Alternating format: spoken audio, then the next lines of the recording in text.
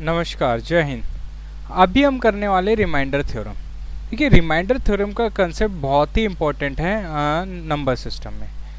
For example, मैं अगर आपको देता हूँ कोई संख्या 17 और इसको डिवाइड करने को 6 से बोलता हूँ, तो आप इजीली बता देंगे 6 दूनी 12 और आपका रिमाइंडर बचेगा 5। आपने इजीली बता दिया, ठीक है। अब ये इन्हीं संख्याओं को थोड़ा और बड़ा कर देता। अब मैं लिख देता हूँ 49 गुणा 65 डिवाइड बाई 9। अब कुछ भी घबराना नहीं है, या तो सबको मल्टीप्लाई मत करने लग जाना। पहले 49 को 9 से मल्टीप्लाई करो। 9 पंजे होता है 45, तो कितना बचा यहाँ पर 4 बचा। फिर इससे करो, 9 सत्ते होता है 63, यहाँ पर कितना बचा 2 बचा। पॉजिटिव है दोनों, तो 4 दूनी कितना हो जाएगा 8 हो जाएगा, और मेरा यही 8 रिमाइंडर हो जाएगा। ध्यान रखिएगा, और ये भी ध्यान रखिएगा जो डिनोमिनेटर है वो न्यूमरेटर से बड़ा होना चाहिए, तभी ये ऊपर वाला रिमाइंडर होता है, ठीक है। अगर दोबारा बड़ा आ रहा है, मान लीजिए 17/9 आ रहा है, न्यूमरेटर बड़ा आ रहा है डिनोमिनेटर से, तो दोबारा डिवाइड करिए 9 एकम 9, तब रिमाइंडर, तब भी क्या आना, ये आएगा आपका 8 आएगा, ठीक है। ये हो गया आपका रिमाइंडर थ्योरम। कितना भी बड़ा हो कंसेप्ट यही लागू होगा। फॉर एग्जाम्पल एक क्वेश्चन और करते हैं। जैसे मैंने दिया 1753 मल्टीप्लाई 1749 83 इंटू में 178 डिवाइड बाय 17। चलिए इसको डिवाइड करते हैं। 17 को पहले ही गया, 17 पे कम 17, 17 तिया 51, यानी इधर कितना बचा 2 बचा। इधर करा तो 17 एकम 17, 17 तिया 51। अब देखिए इस केस में मैं कर रहा हूँ 49 आ रहा है। अगर मैं 49 को 17 से डिवाइड करूँगा तो 17 दूनी 34 हो जाएगा, तो यहाँ पर बचेगा कितना 15 बचेगा, ठीक है।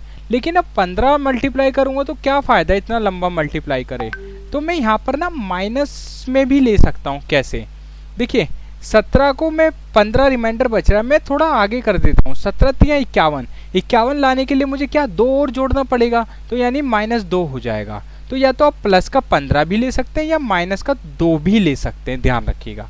तो मैं यहाँ पर -2 ले लेता हूँ ताकि मेरी इक्वेशन ईजिली सॉल्व हो जाए।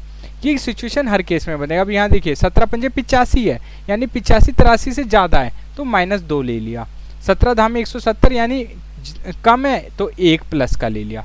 अब इसको प्लस कर मल्टीप्लाई करते, 2 दूनी 4 दूनी 8, माइनस से माइनस कट गया, तो रिमाइंडर क्या बचेगा आपका 8 हो जाएगा, ठीक है। ये प्लस माइनस का कंसेप्ट आपको समझ नहीं आया तो दोबारा बता देता हूँ।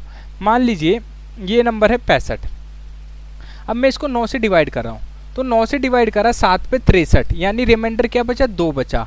मैं प्लस का 2 भी ले सकता हूँ, और 9 8 72 आगे भी जा सकता हूँ, यानी माइनस का 7 भी ले सकता हूँ। तो ध्यान रखिएगा, ये जो प्लस वाला होगा और ये जो माइनस वाला होगा, इन दोनों का सम हमेशा क्या होगा आपका न्यूमरेटर होगा, जिसे आप डिवाइज कर रहे हैं, यानी डिवीज़र बोल सकते हैं, वो होगा डिनोमिनेटर होगा, ठीक है, डिवाइज़र होगा। फॉर एग्जाम्पल एक और क्वेश्चन लेते हैं। मान लीजिए मैंने लिया 15। अब मैं इसको 4 से डिवाइड कर रहा हूँ, तो इसका रिमाइंडर में 4 तिया 12, प्लस का 3 भी ले सकता हूँ, 4 चौक 16, -1 भी ले सकता हूँ। क्यों, क्वेश्चन को इजी बनाने के लिए। इन दोनों में से कोई एक कर लेके चलना है, आंसर आपका सेम आएगा, ठीक है। चलिए, अब कभी कभी क्या होता है कि हमारे जो क्वेश्चंस होते हैं उनमें थोड़ा सा चेंज कर दिया जाता है। मान लीजिए ये दे दिया 35 की पावर 113/9। अब बताइए, अब इसको सॉल्व करते हैं। पावर कितनी भी दे दे कोई फ़र्क नहीं पड़ता, तो मैं 9 से डिवाइड करूँगा। 9 चौक 36 होता है, देखिए 9 चौक 36 हो रहा है, 36 ज़्यादा आ रहा है, तो 9 तिया 27 लूँगा, या तो मैं 8 ले सकता हूँ प्लस वाला, या मैं -1 ले सकता हूँ। तो मैं 8 मुझे बड़ा लग रहा है, मैं -1 लूँगा।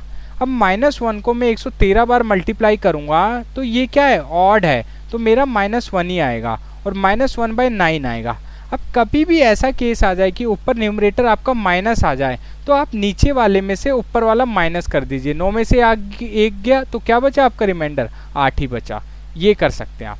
जब भी माइनस आए न्यूमरेटर, तो डिनोमिनेटर में से डायरेक्ट माइनस कर देना, और अगर प्लस आता 1/9 होता तो आपका आंसर 1 ही होता, ठीक है। अब अगला क्वेश्चन करते हैं, एक और क्वेश्चन और देख लेते हैं। अब कभी मान लीजिए दे देगा 2 की पावर 33/9। अब देखिए 2 से डिवाइड करूँगा तो -7 आ रहा है, या +2 ले लूँगा, या -7 लूँगा या +2 लूँगा। अब इतना लंबा कौन मल्टीप्लाई करेगा, तो क्या मैं 2 की पावर को क्यूब कर दूँ, 2 की पावर 3 कॉमन ले लूँ 33 में, तो यहाँ पर 11 बचेगा, और यहाँ 2 की पावर 3 हो जाएगा।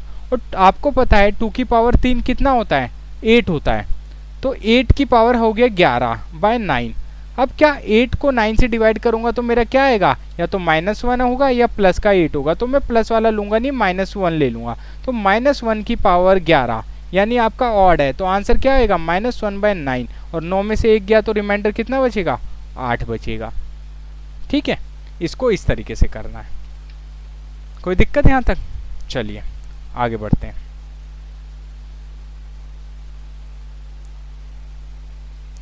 अब मान ली कभी कभी प्लस में दे दिया, ये दे दिया 83 की पावर 115 प्लस में 12, तो सब जानते हैं ऐसे प्लस में दे दिया, घबराना नहीं है।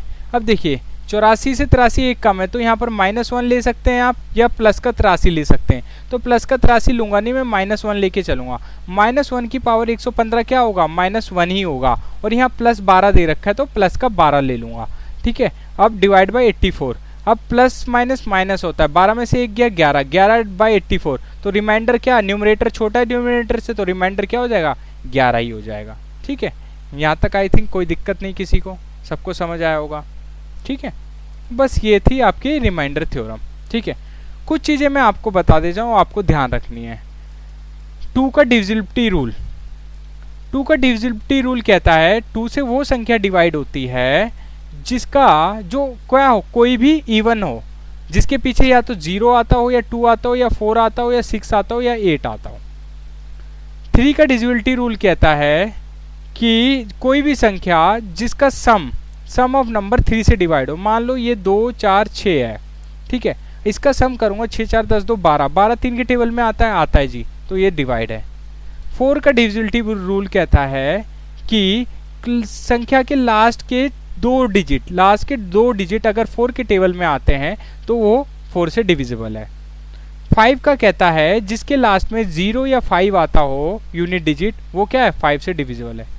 6 का डिविजिबिलिटी रूल क्या कहता है, ध्यान रखिएगा। 6 का डिविजिबिलिटी रूल ये कहता है 6 को तोड़ेंगे तो 2 × 3 में टूटेगा, तो वो संख्या जो 2 में और 3 दोनों के टेबल में आती हो तो वो क्या होगी, 6 से भी डिवाइड होगी। ठीक है, 7 का आप कर लीजिएगा, बहुत बड़ा है, बड़ा कराने से अच्छा है आप सिंपल डिवाइड करके पता लगा लीजिए। 8 का डिविजिबिलिटी रूल, 8 का डिविजिबिलिटी रूल कहता है लास्ट के 3 डिजिट अगर आपके 8 के टेबल में आते हो तो वो क्या है, वो आपकी 8 से डिवाइड है। जैसे 024, ये आपके 8 में आता है, या 824 ले लो, ये भी लास्ट के 3 डिजिट 8 से डिवाइड है। 9 का डिविजिबिलिटी रूल 3 की तरह है कि जिसका सम आपका क्या होना चाहिए, 9 के टेबल में आना चाहिए। 4 4 8 1 9, 9 के टेबल में आता है तो ये हो गया आपका 9 से डिवाइड।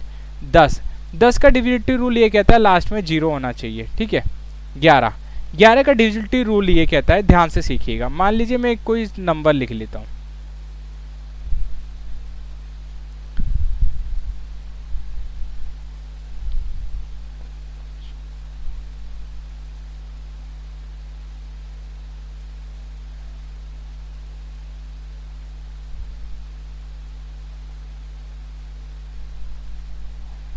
मैं नंबर थोड़ा सा 1 मिनट दीजिए, कोई नंबर ऐसे ही लेता हूँ।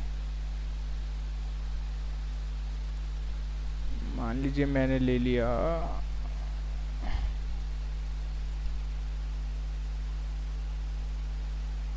825 ले लिया। ठीक है, ये ले लिया मैंने। ठीक है, अब 11 का डिजिटल रूल करता है आपको अल्टरनेटिव नंबर को माइनस करना है। 1 में से 1 गया 0, पीछे से स्टार्ट करना है। 5 में से 2 गया 3, और ये 8 सिंगल बच गया, इसको ऐसे लिख दीजिए। अब इसका सम कर देना, 8 3 क्या होता है 11, तो 11 आए या 0 आए, 11 का कोई मल्टीपल आए तो 11 से डिवाइड होगा।